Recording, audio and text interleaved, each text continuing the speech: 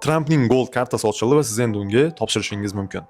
Video davomida men qanday topshirish, uning narxi va qanchalik tez siz Green kartaga ega bo'lishingiz haqida tushuntiraman.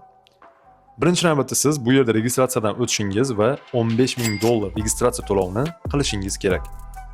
Ular sizni tekshirishgandan keyin siz USCIS dan yangi ariza kiritish haqida xabar olasiz. Forma nomi I-140G va u shu ko'rinishda bo'ladi. Faqat oldindan tasdiqlangandan so'nggina onlayn tarzda topshirish mumkin. Oldindan to'lov qilmang va ariza topshirmang, aks holda pulingizni yo'qotishingiz mumkin.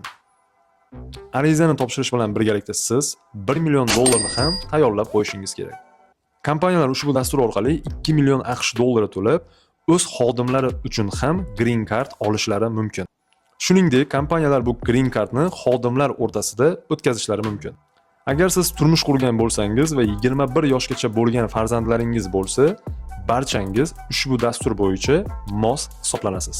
Bu videoni Amerikaga bormoqchi bo'lib yurgan tanishlarimizga yuborib qo'yamiz.